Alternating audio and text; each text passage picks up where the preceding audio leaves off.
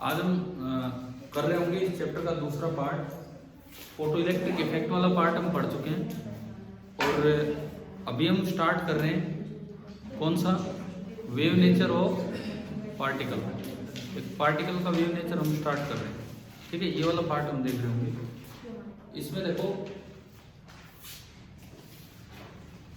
बहुत ही छोटा सा पार्ट है, बहुत बड़ा पार्ट नहीं है। फिर कुछ सवाल यहाँ से देख रहे होंगे किस तरह के किस तरह के। एक पार्टिकल अगर मोशन में है, विद सम स्पीड v, वो पार्टिकल मूव कर रहा है, मास इसका कितना है m, और ये पार्टिकल v स्पीड से आगे मूव करे जा रहा है, यानी कि पार्टिकल का कुछ मोमेंटम है, कितना है mv। तो लुईस डी ब्रोय ने ये बताया कि असल में पार्टिकल एज अ पार्टिकल देखना एक अलग चीज है, उसको आप एज ए मैटर वेव भी देख सकते हो, और एक मैटर वेव ऐसे बनाई जाती है कि जब पार्टिकल चलता है तो आप उसको वेव नेचर भी दे सकते हो। और कब कोई पार्टिकल वेव की तरह बिहेव करेगा, जब जो उसकी डी ब्रोय वेवलेंथ निकल के आएगी। जो एक फॉर्मूला दिया था डी ब्रोय ने, इन्होंने कहा कि इसकी जो वेवलेंथ है that is equal to h/p। ये बिल्कुल वही से फॉर्मूला दे दिया जो आइंस्टाइन की थ्योरी थी। वहां था p बराबर h/λ और यहाँ पे लैम्डा होगा h/p। तो ये बोला गया कि आप पहले लैम्डा कैलकुलेट कर दो h/p से, h है प्लैंक्स कांस्टेंट। लैम्डा की जो वैल्यू है अगर वो कंपेरेबल आए किस चीज से, जिस जगह वो पार्टिकल मूव कर रहा है उस रीजन के डायमेंशन से, मींस जैसे इलेक्ट्रॉन आपके एनसीईआरटी में था एक सवाल, गोल बॉल और एक इलेक्ट्रॉन, शायद सोल्ड एग्जांपल की तरह। अभी छोड़ो उसको, देखना नहीं, बाकी सुनो। एक गोल बॉल का लैम्डा पूछा गया और एक इलेक्ट्रॉन का, मैंने करवाया भी होगा ये सवाल, है ना। और उसमें फिर ये भी पूछा था कि किसमें कौन सा नेचर दिखेगा, किसमें कौन सा नेचर दिखेगा। तो जो गोल बॉल का लैम्डा आया वो ग्राउंड के साइज के मुकाबले बहुत कम आया था h/p से। ग्राउंड का जो साइज होता है जहाँ गोल बॉल मूव करेगी तो वो इग्नोरेबल आया था, तो हमने कहा कि वो पार्टिकल नेचर दिखेगा। लेकिन डी ब्रोय वेवलेंथ जो इलेक्ट्रॉन की निकाली वो लगभग एंगस्ट्रॉम के आसपास की आ गई थी, और इतना ही साइज होता है एटम का जहां इलेक्ट्रॉन घूमता है, तो वहां पे उसका कौन सा नेचर दिख जाता है हमें, वेव नेचर, ठीक है ना। अब इसमें ये जो चीज है यहां से लेके यहां,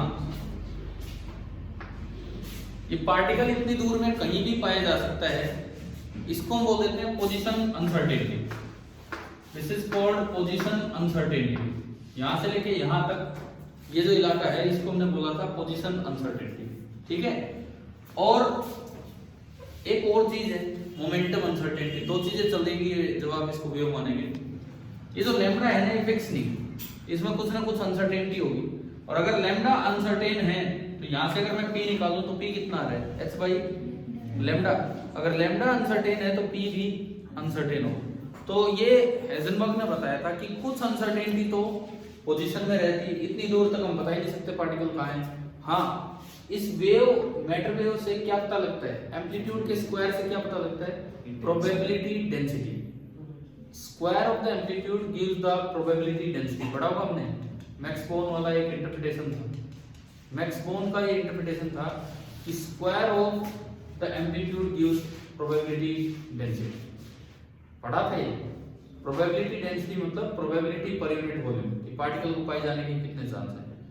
मैं अब सीधे टॉपिक्स पे नहीं जा रहा हूँ, वो तो हमने पहले पढ़ भी लिए, गिनती के तो टॉपिक है इसमें। ये हो गया। ऐसे एक इलेक्ट्रॉन का भी टॉपिक, अगर उसको v वोल्ट से एक्सेलरेट कराते हो, v वोल्ट से अगर आप एक्सेलरेट कराते हो तो वो एनर्जी गेन करेगा q × v e × v। तो उसका मोमेंटम कितना होगा, √2m × काइनेटिक एनर्जी। देखो एक डायरेक्ट फॉर्मूला है कि एक इलेक्ट्रॉन को आप v वोल्ट का पोटेंशियल डिफरेंस लगा के एक्सेलरेट करते हो तो जो वो स्पीड गेन करेगा, जो वो स्पीड गेन करेगा, यहाँ कितनी गेन करेगा, काइनेटिक एनर्जी कितनी गेन करेगा, e/v। मोमेंटम होगा √2m × काइनेटिक एनर्जी। और यहाँ से फिर जब उसकी डी ब्रोय वेवलेंथ निकालोगे तो h/√2me, और एक रूट भी अलग रह गया। और ये पूरा कांस्टेंट है जिसकी वैल्यू शायद हम याद करते 1.227 एंगस्ट्रॉम, इस तरह से याद करते थे, ठीक है। 1.227 नैनोमीटर।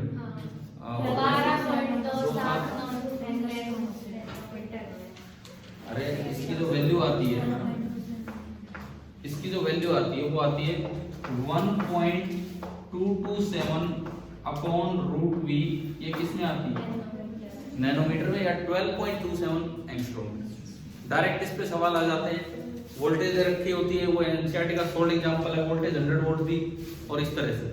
ठीक है, अब देखो एक दो और चीजों पे चलते हैं। इतना ही था ये पार्ट, मैं ये नहीं कह रहा खत्म हो गया, लेकिन अब अपनी एनसीईआरटी बुक निकालो।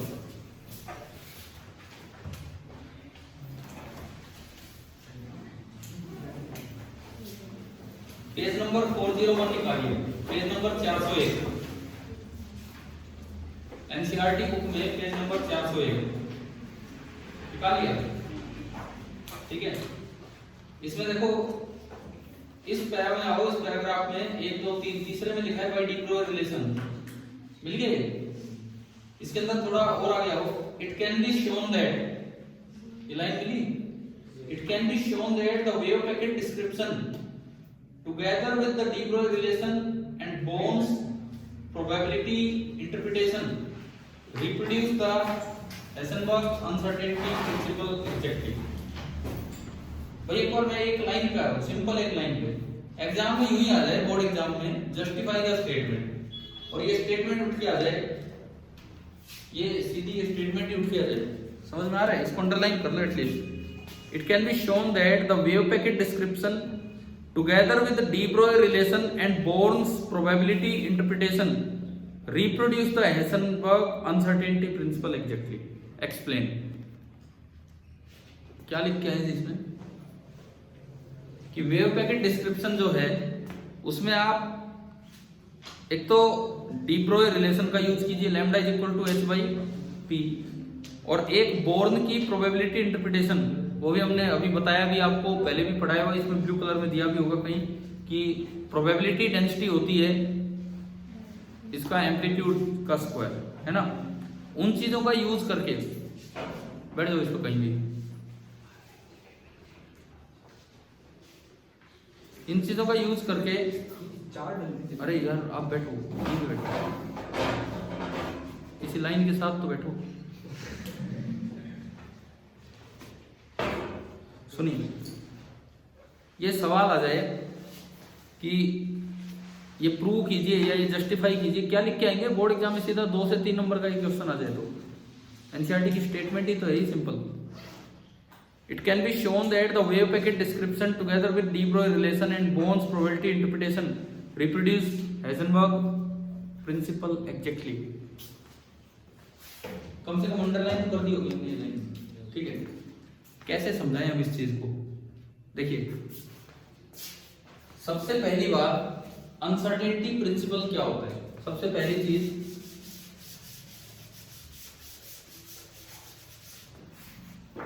सबसे पहली बात यह है कि जो अनसर्टेनिटी प्रिंसिपल है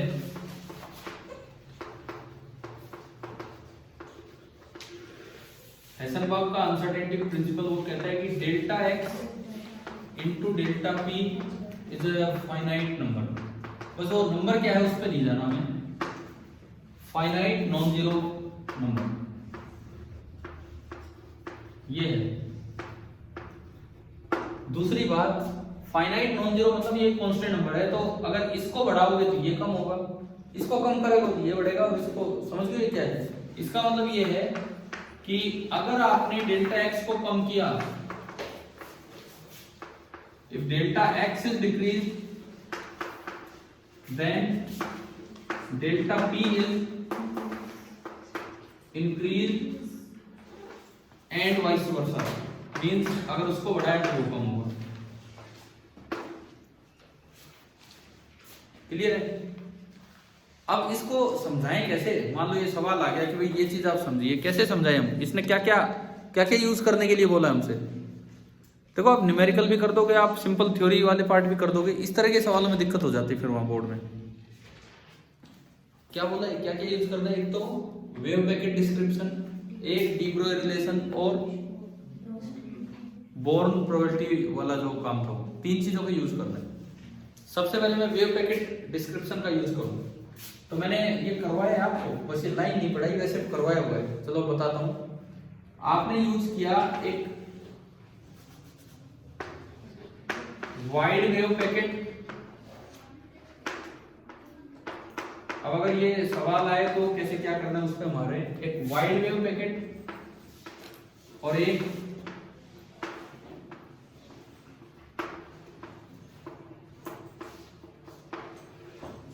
नैरो वेव पैकेट, एक वाइड वेव पैकेट एक नैरो वेव पैकेट करवाया था शायद इस तरह का। हाँ। अब उसमें लेकिन ये चीजें ऐड करनी होंगी अगर ये सवाल बन के आता है तो। आपने एक वाइड वेव पैकेट बनाया, इस तरह का, और एक नैरो वेव पैकेट बनाया इस तरह का। सबसे पहली चीज, ये तो आपने पैकेट वाला डिस्कशन ले लिया जिस तरह से लेना। इसके बाद मैं बताऊंगा इसमें पोजीशन अनसर्टेनिटी, ये दिख ही रहे हैं आप। इसमें तो इतने इलाके में पार्टिकल कहीं भी पाया जा सकता है, means delta x is more, और इसमें पार्टिकल इतनी सी दूरी में कहीं पाया जाएगा तो delta x is less. Clear है? ये कौन सी चीज यूज कर ली आपने?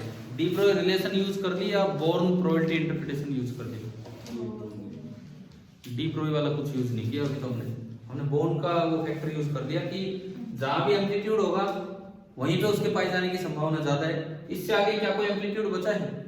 इससे पीछे भी नहीं बचा है। तो यानी कि इसकी संभावना इतने इलाके में और इसकी इतने इलाके में, तो यहां मुझे लिख देना चाहिए बाई बोर्न्स प्रोबेबिलिटी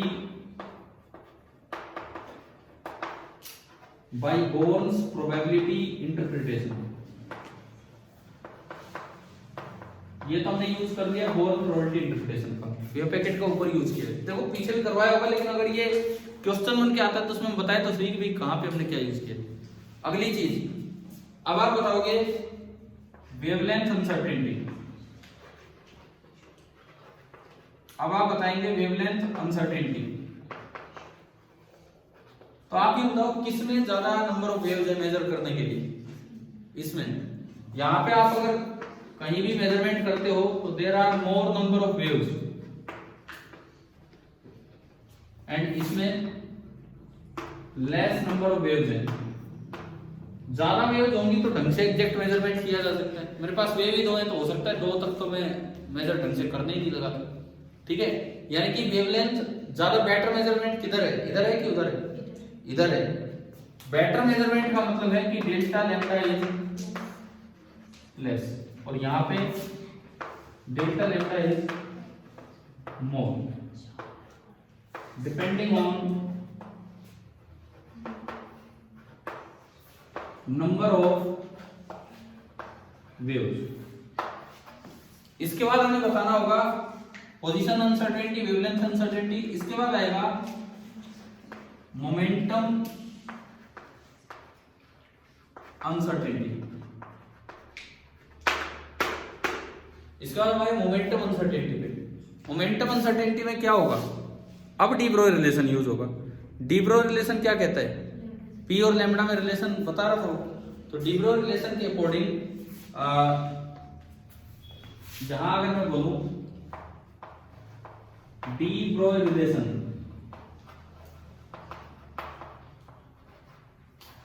तो डी ब्रोई रिलेशन के अकॉर्डिंग जो P होता है वो किस पे डिपेंड करता है? लैम्डा पे। P is equal to H by lambda. मुझे ये नहीं देखना कि लैम्डा डिनोमिनेटर में है लैम्डा न्यूमरेटर में, मुझे ये देखना है कि P is a function of lambda. P lambda पे डिपेंड कर रहा है, तो जितना ज्यादा वेरिएशन लैम्डा में होगा उतना ही ज्यादा वेरिएशन P में होगा। अब इसमें बच्चा कई बार गलत कर जाता है, उसको लगता है कि लैम्डा तो नीचे आ रहा है, तो अगर डेल्टा लैम्डा कम है तो सोचता है कि डिनोमिनेटर कम है तो न्यूमरेटर ज्यादा। ये डेल्टा लैम्डा है, लैम्डा नहीं। लैम्डा में वेरिएशन ज्यादा है तो डिनोमिनेटर में वेरिएशन ज्यादा है तो P उतना ही ज्यादा चेंज होगा। मतलब क्या? अगर लैम्डा ज्यादा कम हुआ, अगर लैम्डा ज्यादा कम हुआ तो यहाँ ये ज्यादा कम होगा तो P ज्यादा बढ़ जाएगा, लेकिन जितना वेरिएशन लैम्डा में होगा उतना वेरिएशन किस में आएगा? पी में आएगा। इट मींस यहां हम लिखे डेल्टा लैम्डा इज लेस, तो यहां पे delta p is also less, और यहां पे डेल्टा पी इज मोर। तो आपको यही प्रूव करना था, यही चीज पहले हमने लिख दी थी कि अगर आप इसको डिक्रीज करते हो तो ये क्या हो जाता है, इंक्रीज। तो देखो मैं इधर से इधर गया, इधर से इधर, डेल्टा एक्स क्या हुआ है, कम हुआ है, तो डेल्टा पी क्या हो गया, बढ़ गया। तो hence we can say that if delta x is decreased then delta p will be increased। यही हाइजेनबर्ग का प्रिंसिपल था। तो मतलब आपको करवाया हुआ काम है, लेकिन अगर बोर्ड एग्जाम में इस तरह से आ जाए तो फिर कैसे समझा के आना, वो भी तो आना चाहिए हमें, तीनों रिलेशन यूज हो। इसमें ये बता दो, किसी को ये कंफ्यूजन है क्या, लैम्डा कम है तो पी ज्यादा होगा, लेकिन डेल्टा लैम्डा कम है तो डेल्टा पी कम है, डेल्टा लैम्डा ज्यादा है तो डेल्टा पी ज्यादा है। क्लियर है ये चीज? ठीक है, तो ये इस क्वेश्चन का आंसर हो गया। क्वेश्चन क्या था, वो स्टेटमेंट, क्वेश्चन जो भी था वो स्टेटमेंट थी आपकी बुक की।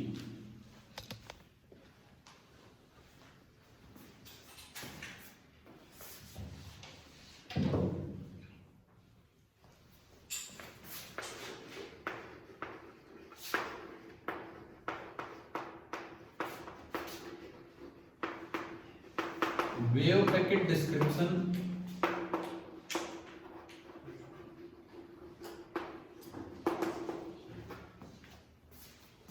together with de Broglie relation and Bohr's probability interpretation।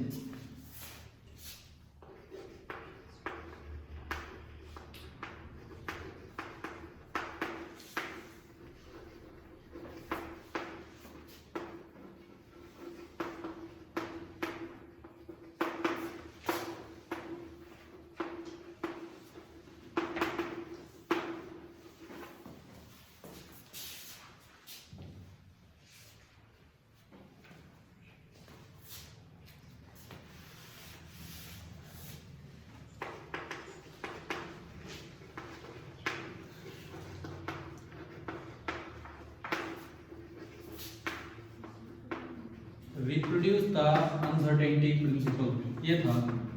ये सवाल आ जाए कि भाई ये समझाओ, तो उसको समझाने का मैंने तरीका बताया है, इसमें यूज हुई एक एक बात आप पता किया कि कहाँ पे क्या यूज किया है। ठीक है, अब देखो ये पढ़ा हुआ था हमने, लेकिन एग्जाम में ये आ जाए तो ये दिमाग में नहीं आता आधी बार, तो भाई करना क्या है इसमें, तो एटलीस्ट बस ये करके दिखाना था। आप ये बताओ, एक छोटा सा सवाल मैं पूछता हूँ इसमें, आपने फोटोन थ्योरी पीछे पढ़ी, ये मैटर वेव आप यहाँ पढ़ रहे हो, एक ईएम वेव है और एक मैटर वेव है, दोनों की वेवलेंथ सेम है, कि दोनों की एनर्जी सेम है।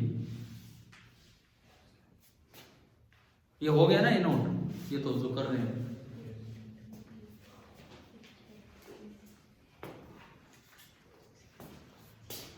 इसके बाद अगला सवाल लिख लेना, ये तो पहला सवाल है आपका, इस तरह से हमने किया, ये तो है।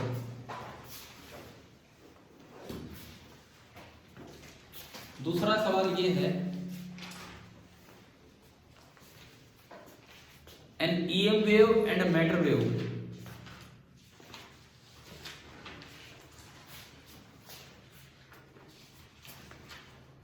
An EM wave and a matter wave, dash लगा के लिख लो, बोथ हैव सेम वेवलेंथ। भाई इसमें कोई दिक्कत है क्या, बोर्न्स प्रोबेबिलिटी इंटरप्रिटेशन, ये जहां आपने बुक खोली हुई साइड यहीं पे दिया हुआ है ब्लू कलर में। ठीक है, ये पार्ट बहुत छोटा था, मैंने तो डिटेल में मैं नहीं गया, पहले पढ़ा रखा है, थोड़ा सा बस बताया यहाँ पे, लेकिन अब उस पर क्या सवाल आ सकते हैं उन पे चल रहा हूँ। And EM wave and matter wave both have same wavelength. ठीक है, ये लिख लिया आपने। Do they have same energy और नॉट?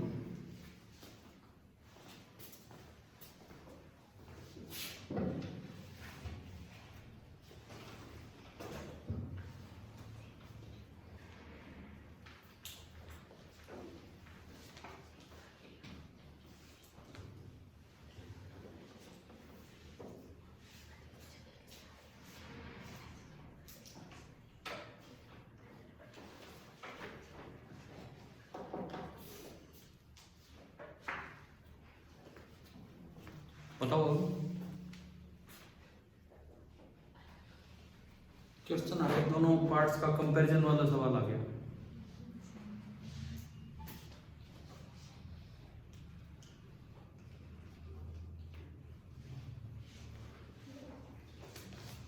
क्या होगा बताओ? एक सीधा सा सवाल है, बोर्ड में 2 नंबर का तो आ सकता है ये क्वेश्चन, 2 या 1 नंबर का।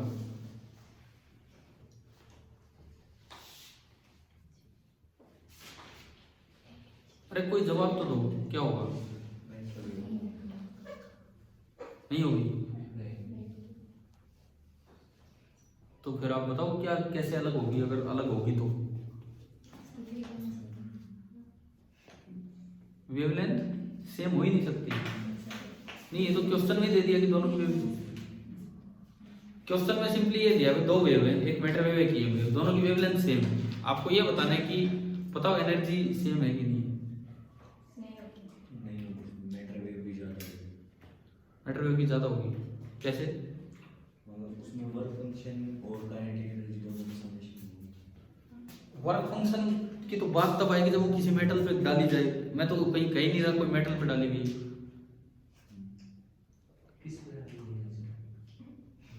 कुछ नहीं है, एक सवाल है, एक ईएम वेव जा रही है, एक मैटर वेव है, ठीक है। अब एक बार इसका मतलब सुनो, आपने क्वेश्चन में क्या लिखा है, क्या सवाल क्या पूछा है? Do they have same energy और नॉट? दैट इज, इसको थोड़ा और क्लियर कीजिए, सवाल को थोड़ा और क्लियर कीजिए क्या है। दैट इज आगे लिखो क्या है इसमें, क्वेश्चन में ही थोड़ा और आगे लिखो। दैट इज डू, हाँ इसी में, मतलब मैं थोड़ा और क्लैरिफाई कर रहा हूं कि आपको क्या बताना है, थोड़ा समझ आए। Are the energies of, that is are the energies of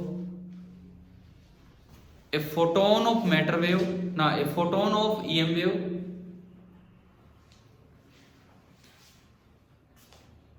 photon of EM wave and the moving particle same or not?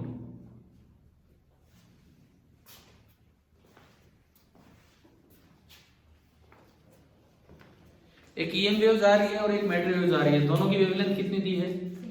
Lambda, same मान लो कुछ हुई है ना। अब ये बोला है कि पहले मैंने बोला कि do they have same energy, किसकी एनर्जी कंपेयर करें, तो थोड़ा और आगे लिखा है। ईएम वेव से तो किसकी एनर्जी देखनी है? एक फोटोन की। और मैटर वेव में किसकी एनर्जी देखनी है? जो मैटर वेव तो एक पार्टिकल के साथ एसोसिएटेड होती है, जो मूविंग पार्टिकल। यार फ्रीक्वेंसी का क्या मतलब है, हमें पता ही नहीं। यहाँ तो ये सीधा ये दिया कि दोनों की वेवलेंथ सेम है। अच्छा मान लो, चलो फ्रीक्वेंसी अलग है, फिर उसके बाद आगे बताओ। एक मिनट, फ्रीक्वेंसी अलग है तो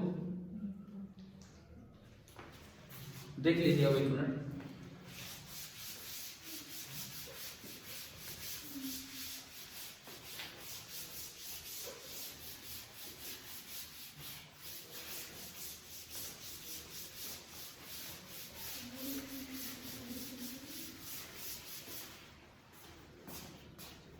आपको ये दिया गया है, एक ईएम वेव चल रही है, ईएम वेव को ऐसे दिखाया जाता है।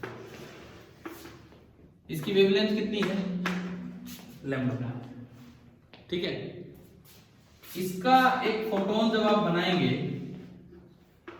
इसका फोटोन जा रहा होगा सी स्पीड के साथ, फोटोन की तो स्पीड ये होती है।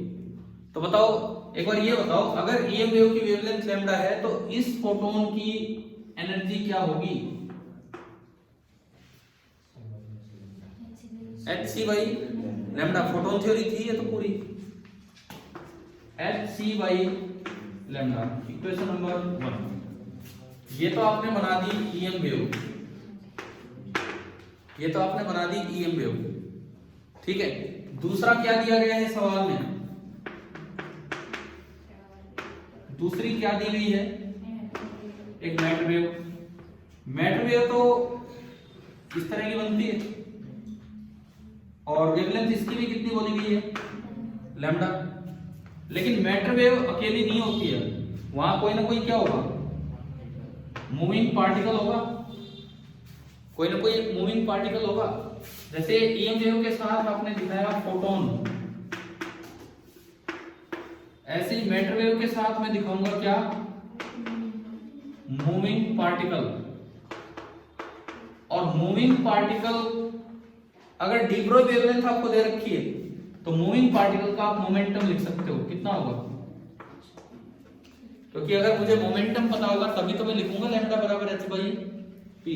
भाई ये जो लैम्डा आप लिखते हो ये क्या होता है, एच बाई पी होता है। तो इसके कॉरस्पॉन्डिंग जो मूविंग पार्टिकल होगा उसका मोमेंटम क्या होगा, पी क्या होगा, H by lambda.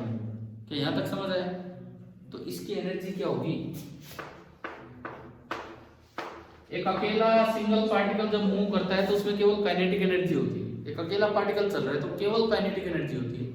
In terms of momentum आपको याद होगा काइनेटिक एनर्जी होती है, अगर आप p स्क्वायर बाई 2m करें तो वो हाफ एम स्क्वायर ही बनता है, ठीक है, where m is the mass of moving particle, ठीक है। p की वैल्यू आपने रखी, p की वैल्यू कितनी है, p की वैल्यू कितनी है, h बाई लैम्डा, ये आ गया h square upon 2m into lambda square. h by lambda इसमें भी अलग कर लो, उसमें भी अलग है।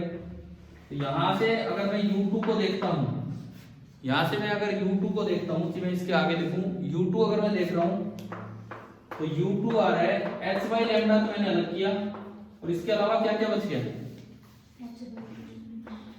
एक h बाई लैम्डा मैंने अलग किया, इसके अलावा बचा h अपॉन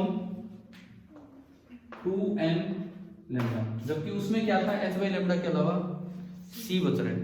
वो तो बहुत ही बड़ी वैल्यू है, 3 × 10⁸, और इसमें तो ऊपर ही बहुत छोटी वैल्यू आ रही है, 10⁻⁻34। तो क्या ये दोनों सेम हो सकते हैं?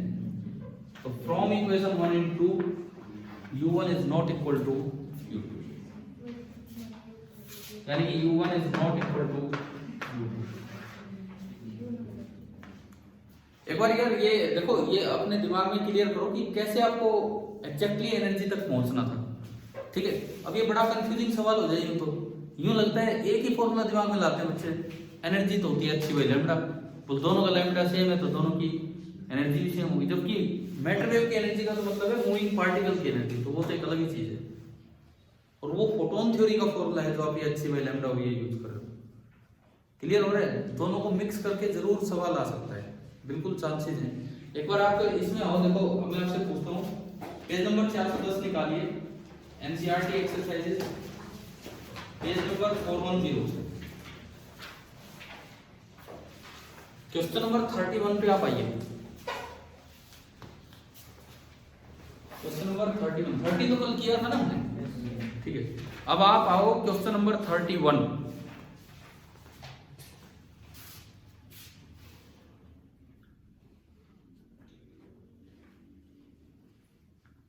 पढ़ रहे हो ना, या मेरा वेट कर रहे हो? मैं बोलूंगा नहीं, एक बार पढ़ो अपनी किताब में।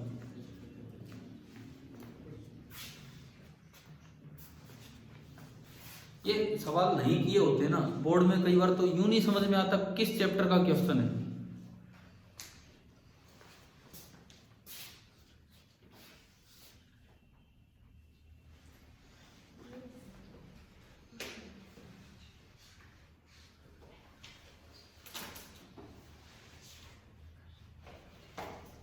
क्रिस्टल डिफ्रैक्शन एक्सपेरिमेंट्स क्या होते हैं? क्रिस्टल डिफ्रैक्शन एक्सपेरिमेंट जैसे डेविसन जर्मर में था, भाई क्रिस्टल पे आपने बीम डाली, वो डिफ्रैक्ट होके जा रही है, जैसे डेविसन जर्मर में हमने पढ़ा था।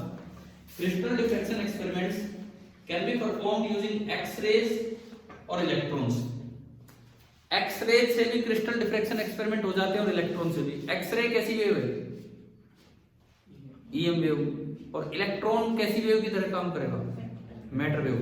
देखो अगर डिफ्रैक्शन एक्सपेरिमेंट है, एक बार देखो सुनो मेरी बात, क्या डिफ्रैक्शन पार्टिकल फिनोमेना है या वेव फिनोमेना है? वेव, ये दिमाग में आना चाहिए ना। तो दो अलग अलग चीजें दे रखी हैं, एक्सरे वो कौन सी वेव है? EM wave, EM wave. और इलेक्ट्रॉन बोल दिया तो वो कौन सी वेव है? Matter wave. तो क्या फिर से कुछ ऐसा कंपैरिजन नहीं बन रहा है? एक ईएम वेव आ रही है और एक मैटर वेव। मैं तो जस्ट इसके बाद ये सवाल ले रहा हूं ताकि आपको पता लगे कहां पे ये चीजें यूज हो सकती हैं। जस्ट इसके बाद लेने का ये मतलब है।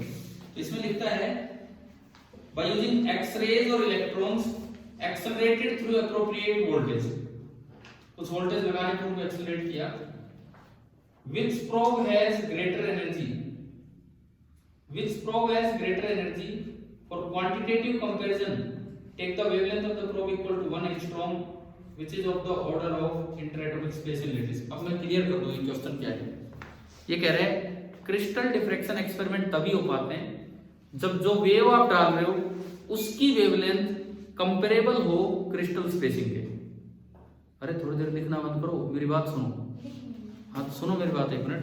क्रिस्टल डिफ्रैक्शन एक्सपेरिमेंट, डिफ्रैक्शन मतलब वेव, किसी भी वेव से वो तभी पॉसिबल हो पाएंगे जब उस वेव की वेवलेंथ कंपेरेबल हो किसके, इंटर एटॉमिक स्पेसिंग के, नहीं तो डिफ्रैक्शन ही नहीं होगा। डिफ्रैक्शन होता ही कब है, जब वेवलेंथ ऑफ वेव ऑब्स्टेकल के साइज के कंपेरेबल हो। हमने शायद पढ़ा हो कभी कि साउंड वेव आसानी से डिफ्रैक्ट हो जाती है, लाइट वेव इतनी आसानी से नहीं हो पाती नॉर्मल ऑब्स्टेकल से। तो पहली बात यही आ जाए, क्रिस्टल डिफ्रैक्शन एक्सपेरिमेंट कौन सी वेव से होगा, उन वेव से होगा जिनकी वेवलेंथ क्रिस्टल स्पेसिंग से मिलती जुलती।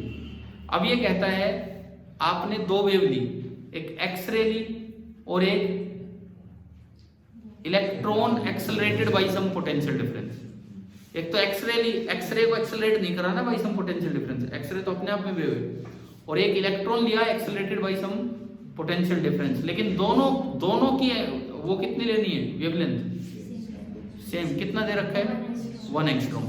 एक्सरे तो यार अगर आपको याद हो, एक्सरे की तो वेवलेंथ होती ही कितनी है 1 एंगस्ट्रॉम। हमने जब एक्सरे चैप्टर स्टार्ट किया था शायद बताया था नहीं, इसमें 1 एंगस्ट्रॉम के आसपास की ही ये होती है। तो एक्सरे की तो आप कुछ नहीं कर सकते हो, तो अपने आप ही है, आप उसे एक्सेलरेट नहीं करेंगे। इलेक्ट्रॉन को आप एक्सेलरेट करा रहे हैं, कितना एक्सेलरेट करा रहे हैं ताकि उसकी वेवलेंथ कितनी बन जाए 1 एंगस्ट्रॉम। वो जो लैम्डा वाला फॉर्मूला था जो अभी हमने बताया 1.227 अपॉन रूट वी नैनोमीटर या 12.27 एंगस्ट्रॉम। आप 144 वोल्ट के आसपास का पोटेंशियल डिफरेंस लगा। अगर 144 वोल्ट का पोटेंशियल डिफरेंस लगा दिया इलेक्ट्रॉन को एक्सेलरेट कराने में, तो 144 का अंडर रूट 12 से 12 लगभग कटेगा। समझ में आ रहा है ना। ये एक इलेक्ट्रॉन से अगर आपको 1 एंगस्ट्रॉम की मैटर वेव बनानी हो तो नियरली उसको 144 वोल्ट से क्या कराना पड़ेगा, एक्सेलरेट कराना पड़ेगा। तो उस क्रिस्टल डिफ्रैक्शन एक्सपेरिमेंट में एक बार तो ये एक इलेक्ट्रॉन ले रहा है नियरली 144 वोल्ट से एक्सेलरेट करा के, और एक बार वो क्या ले रहा है एक्सरे, जिसकी अपने आप ही वेवलेंथ कितनी होती है 1 एंगस्ट्रॉम। अब सवाल पे आओ क्या है, Which probe has greater energy? किसकी एनर्जी ज्यादा होगी। अब ये समझ आ रहा है क्या कहाँ यूज होंगी ये चीजें, ठीक है। नहीं तो भाई पक्की सी बात है, ये सवाल आ जाए पेपर में क्लियर ही नहीं होगा क्या तो करना चाह रहा है, क्या करवाना चाह रहा है। अभी क्लियर हो रहा है, ठीक है। अब ये कह रहा है एक सामने कोई क्रिस्टल है, जैसे डेविसन जर्मर एक्सपेरिमेंट कभी पढ़ा था उसमें था, वो है नहीं इस साल सिलेबस में, बोर्ड के सिलेबस में, औरों में है बोर्ड के सिलेबस में नहीं है, लेकिन शायद हमने पूरा लेक्चर बहुत अच्छे से इस पे पढ़ा रखा, अलग अलग पार्ट्स बना के। ध्यान है डेविसन जर्मर वाला, ये कैसे किया, फिर एक कमी आई, फिर उस कमी को दूर कैसे किया, फिर थ्योरेटिकल लैम्डा निकाला, प्रैक्टिकल लैम्डा निकाला, फिर वो दोनों इक्वल आए कि नहीं आए, उसमें भी थोड़ा सा डिफरेंस आ रहा था 0.01 का, उसका भी क्या रीजन था। अरे डेविसन जर्मर करवा रखा होगा इतना, है ना, लेकिन वो बोर्ड सिलेबस में नहीं है इस साल, बोर्ड सिलेबस में नहीं है, बट और में नीट जेई इन सब में इन पे क्वेश्चन आ जाते हैं। अब इधर देखो एक बार ये सवाल आप क्लियर कीजिए, ये एक मेटल की प्लेट इसके सामने भी है और इसके सामने भी, एक इलेक्ट्रॉन यहां से हमने भेजा, कितने वोल्ट से एक्सेलरेट करा के नियरली 144 वोल्ट से, तो उसकी जो मैटर वेव बनेगी उसकी वेवलेंथ लगभग कितनी हो जाएगी 1 एंगस्ट्रॉम, ठीक है। एक आपने भेजी एक्सरे है, उसकी तो वेवलेंथ है ही कितनी नियरली 1 एंगस्ट्रॉम। ये पूछ रहा है किसकी एनर्जी ज्यादा है, ऊपर वाले की। हाँ, अब इसने थोड़ा घुमा फिरा के सवाल पूछ लिया। मैंने थोड़ी देर पहले आपसे आसान शब्दों में ये सवाल पूछा था, इन्होंने घुमा फिरा के पूछ लिया। अब भी कंपैरिजन तो वही है, ठीक है। आप इसको कैलकुलेट करोगे h बाई लैम्डा इंटू सी, इसको कैलकुलेट करोगे तो एक बार देखो, वैसे तो इसमें भी लैम्डा आ रहा है, आप सीधा बोल रहे हो ऊपर वाले की, इसमें भी बहुत कुछ बन रहे हैं, एक बार कंपेयर तो करो। ये मास कौन है, कौन आ रहा है, इलेक्ट्रॉन। उसके मास में अपने आप ही 10 की पावर बहुत कम आ जाता है, कितना, -31, ठीक है। लैम्डा उसमें एंगस्ट्रॉम आ जाता है, कितना, -10। ये ऊपर जाके प्लस के हो गए, एच में आता है -34। तो क्या ये भी अच्छी खासी 10 की पावर बन रही है कि नहीं? तो ऐसा डायरेक्ट क्यों बोल रहे हो कि वो बहुत ज्यादा है बहुत कम है इसमें? हाँ ठीक है, फिर ठीक है। अगर आपको पहले कंपेयर करना होगा, इसमें केवल ऊपर c मल्टीप्लाई हो रहा है, c में कितना आता है 10⁸ और इसमें दिख रहा है माइनस में बहुत ज्यादा, ये तो प्लस में, ये तो प्लस में जा रहे हैं बहुत ज्यादा। एक बार कंपेयर करो किसकी एनर्जी ज्यादा है, कोई बात नहीं, आप कंपेयर करो आप लोग किसकी एनर्जी ज्यादा है, फॉर्मूले लगा के।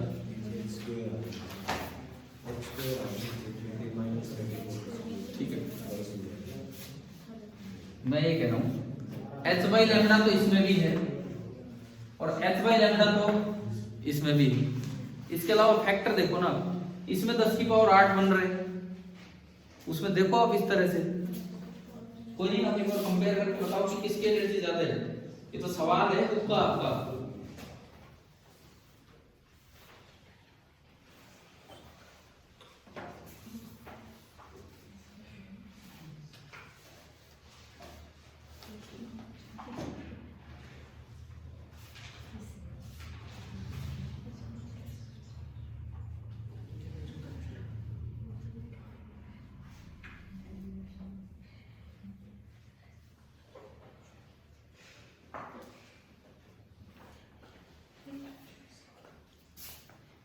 कर लोगे कंपेयर? वैसे कर लेना, मैं आगे बढ़ता हूँ। ठीक है, कर लोगे ना कंपेयर? ठीक है। ऐसा है कि एग्जाम में कम से कम उम्मीद रट के ना बैठे कि क्या होना है, बिकॉज हमें वैल्यूज निकालनी आनी चाहिए। दूसरी बात, अब आगे से ये ध्यान रखना, किसी भी वेव की वेवलेंथ लैम्बडा है तो यूं नहीं कि एनर्जी अच्छी हुई लैम्बडा, वो मैटर वेव भी हो सकती है, उसमें एनर्जी और दूसरे तरीके से भी निकल सकती है। ठीक है, मैं आपको जानबूझ के 31वें सवाल पे इसलिए लेके गया हूँ। पहले हो सकता है यूं लग रहा हो यार ये पता नहीं कहाँ से सवाल दिया है, कैसा दिया है, कैसा नहीं। आपकी बुक में जो क्वेश्चन है मैंने पहले सिंप्लीफाइड वर्जन उसका पेश किया आपके सामने और फिर वो बुक वाला दिखाया कि क्या सवाल है। और एक चीज और समझ आ जाती है, क्रिस्टल डिफ्रैक्शन एक्सपेरिमेंट, कोई भी क्रिस्टल डिफ्रैक्शन एक्सपेरिमेंट कब सफल होगा?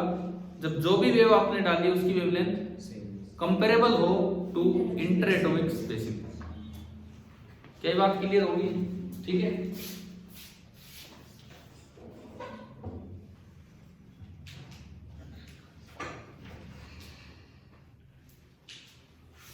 अब आप ये बताओ, मैंने कल आपको कुछ काम दिया था, इस चैप्टर में कुछ बचा नहीं है, इतनी सी बातें थी। मैंने कल आपको कुछ काम दिए थे, क्या ट्राई किए? क्या आप लोगों ने किए?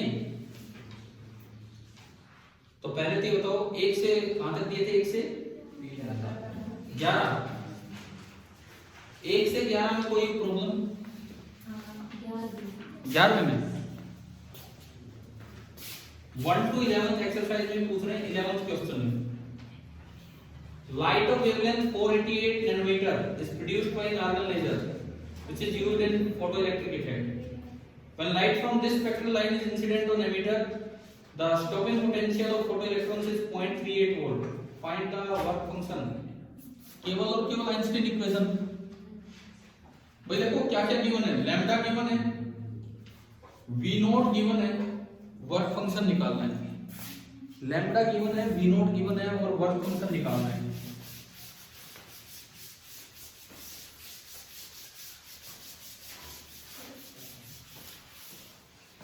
क्या की आइंस्टीन इक्वेशन?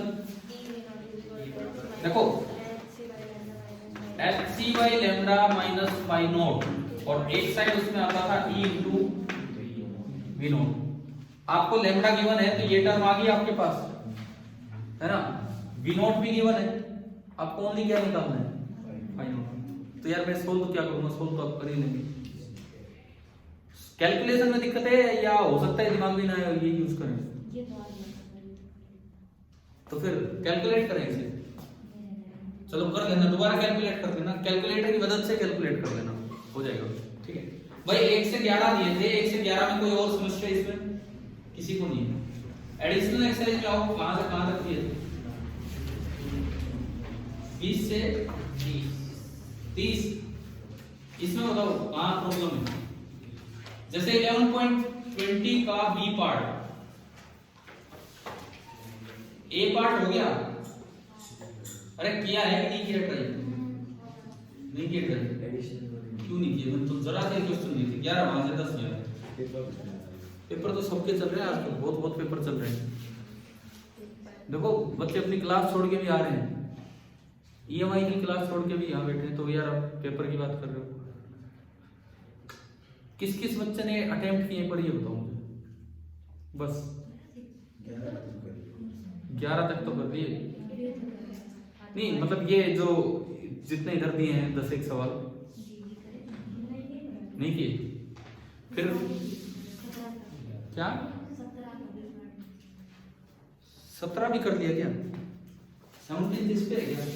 चलो कोई नहीं, कोई बात नहीं, मैं बता देता हूँ। 17 फॉर व्हाट काइनेटिक एनर्जी, आज जो पढ़ा है उस पे 17 for what a part for what kinetic energy of neutron will the deploy कितनी वेवलेंथ पहला हो गया। B also find the diploid wavelength of a neutron in thermal equilibrium with matter having an average kinetic energy of 3/2 kT at 300 kelvin. देखो temperature दे रखा है 300 kelvin, ये kinetic theory का एक फॉर्मूला होता है कि अगर इतने टेम्परेचर पे कोई मैटर है तो वहां एवरेज काइनेटिक एनर्जी होती है 3/2 into k है ये Boltzmann constant, gas constant upon Avogadro number into t। तो इससे काइनेटिक एनर्जी आ गई, ठीक है, काइनेटिक एनर्जी आ गई आपके पास, काइनेटिक एनर्जी आ गई तो मोमेंटम आ जाएगा √2 into m into kinetic energy, और वहां से फिर लैम्डा निकालना है डी ब्रोई रिलेशन का यूज करके h/p। फिर से अगर कोई कैलकुलेशन में मिस्टेक हो तो अपना चेक कर लेना, करना तो यही था। इन्होंने तो एक्चुअली थोड़ा और आसान कर दिया, आगे 3/2 kT बता दिया, ठीक है। चलो और बताओ, और कोई डाउट है तो इसमें? यार आप लोग ना करते ही नहीं हो सवाल, यूं ही हम एक बार मुझे बताओ, हमने कल इनमें से कौन कौन से कर लिए थे? 30 हो गया था, 26 हो गया था, और 29 हो गया था, 28 यहां से नहीं बताया, बस वो लैंप वाली बात बताई थी। 28 देखो अब एक बार, 28 देखिए, हम आज इस चैप्टर की लास्ट क्लास कर रहे हैं। अब आपके जब डाउट होंगे तब आप पूछ लेना, जब आपको समय मिले, जिस दिन आप फ्री हो उस दिन कर लेना, बिकॉज ये थ्योरी कितनी बार पढ़ते रहे हम, अब तो यही तो बात होगी ना, ये कुछ क्या एनसीईआरटी में बहुत अच्छे सवाल नहीं दिख रहे बार बार, हम कहीं भी उठा रहे हैं वही सवाल नया सा दिखता है। ये क्रिस्टल डिफ्रैक्शन वाला किया, अगर मैं उससे पहले वो सवाल ना करवाता तो शायद ये होता नहीं आपसे इतनी आसानी से। चलिए क्वेश्चन नंबर कौन सा बोला मैंने अभी? 28। ये कहता है कि following lines from a mercury source were used. λ1 इतनी लाइट डाली तो स्टॉपिंग पोटेंशियल इतना आया, फिर इतनी लाइट डाली तो स्टॉपिंग पोटेंशियल इतना आया, ये सब हो गया। Determine the value of Planck constant, threshold, frequency and work function. देखो ऐसे सवालों में क्या करना होता है सुनिए, ऐसे सवालों में क्या करना होता है सुनिए। ये फोटो इलेक्ट्रिक इफेक्ट का क्वेश्चन है कि मैटर वेव का? Photo electric effect. तो यहाँ ईएम वेव चल के आ रही है कि matter wave? EM wave. EM wave अगर चल के आ रही है, आपको लैम्डा दिया है तो पहले आप न्यू निकाल लो, निकाल लोगे? हाँ, लैम्डा होता है c/न्यू, तो न्यू कितना हो जाएगा? c/λ। न्यू आ गया, क्लियर? अलग अलग न्यू के कोरस्पोंडिंग आपको अलग अलग स्टॉपिंग पोटेंशियल दे रखे हैं, क्लियर? कितने? 5 वैल्यू है, 5 वैल्यू है तो 500 न्यू आ जाएंगे और 500 के स्टॉपिंग पोटेंशियल दे रखे हैं। उसके बाद आप आइंस्टीन इक्वेशन पे जाएं, E into V naught is equal to H nu minus phi naught। यहां से V naught कितना आया? H/E into nu minus phi naught। अब इसका जो phi naught by E, अब इसका जो तरीका वो सुनिए। आप V naught और nu का ग्राफ बनाएं, आपके पास वैल्यूज आ गई। ग्राफ पेपर पे होता है ये वाला क्वेश्चन, अगर ये क्वेश्चन होगा तो वो ग्राफ पेपर देंगे आपको साथ इस तरह से, ठीक है? लिख भी देंगे यूजिंग ग्राफ, कुछ इस तरह के हिंट देंगे। आपके पास 5 सेट आ गए वैल्यूज के, न्यू इतना, वी नोट इतना, न्यू इतना, वी नोट इतना, आपने बना दिया ग्राफ। और आपको याद होगा ये ग्राफ ऐसा बनता है, पीछे बढ़ा लो कहीं तो कट करेगा। अब मैं अगर यहां से देखूं तो ग्राफ जब आपने बनाया तो स्लोप तो आपको दिखी जाएगी किसी भी पॉइंट से, tan थीटा, और इसकी स्लोप कितनी है h बाई ई। तो ग्राफ से मैं tan थीटा निकाल के तो उसे इक्वेट कर दूं किससे, h बाई ई से। ये जहां कट करेगा उसको क्या बोलते हैं, थ्रेशोल्ड फ्रीक्वेंसी, ठीक है। और ये वैल्यू होती है minus phi not by E. अब ये बताओ आपको क्या क्या निकालना है, क्या क्या निकालना है इसमें। एक तो प्लैंक्स कांस्टेंट h की वैल्यू, एक थ्रेशोल्ड फ्रीक्वेंसी और एक वर्क फंक्शन। देखो थ्रेशोल्ड फ्रीक्वेंसी यहां से डायरेक्ट आएगी, ग्राफ जहां कट करेगा वही क्या होगी, थ्रेशोल्ड फ्रीक्वेंसी।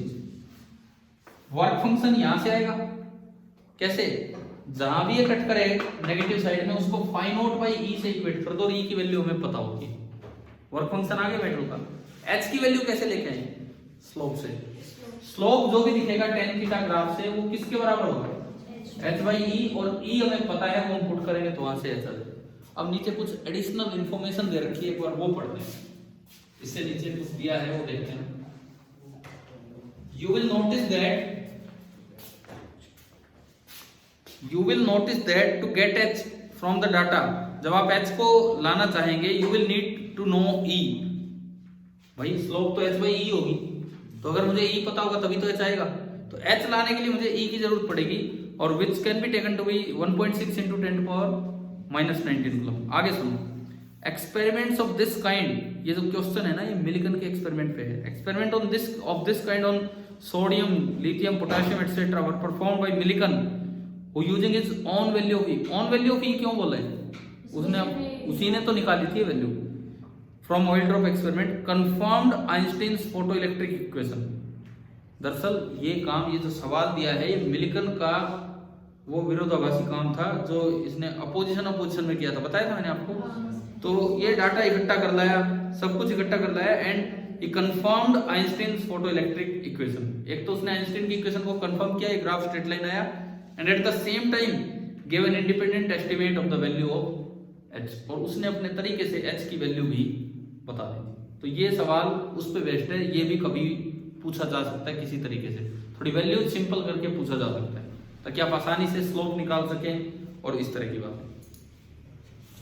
हमें बताओ ये आगे समझ, ठीक है। अब आज की ये जो क्लास है इस पे dual nature of matter and radiation पे, अब मेरे पढ़ाने का नहीं है, अब आपके करने का है इसमें जो भी कुछ है, ठीक है। डेविसन जर्मन मैं नहीं पढ़ा रहा हूं दोबारा, वो फर्स्ट टाइम जो पढ़ाया उसमें अच्छे से पढ़ा रखा है, क्लियर है। हमारे चैप्टर पूरा होता है लेकिन आपका नहीं होता है, आपने अभी किए कहाँ हैं। इसमें तो कितने सवाल हैं, 37 सवाल हैं। मुझे लगता है ज्यादातर बच्चों ने 37 में से 17 भी नहीं किए होंगे टोटल, मतलब आधे भी नहीं किए होंगे, मैं ये कह रहा हूँ 20 भी नहीं किए होंगे, इस तरह का हाल होगा। ये कब तक कर लोगे ये काम। हम फिर कभी किसी दिन जब सभी तैयार हो इस काम के लिए, फिर कभी किसी दिन इसकी डिस्कशन क्लास लगा देंगे, केवल एनसीईआरटी डिस्कशन ड्यूअल नेचर की, ठीक है। चलो ये तो कोई नहीं, ये पार्ट हो गया, ये क्लास तो हम यहीं पे फिनिश करते हैं अपनी।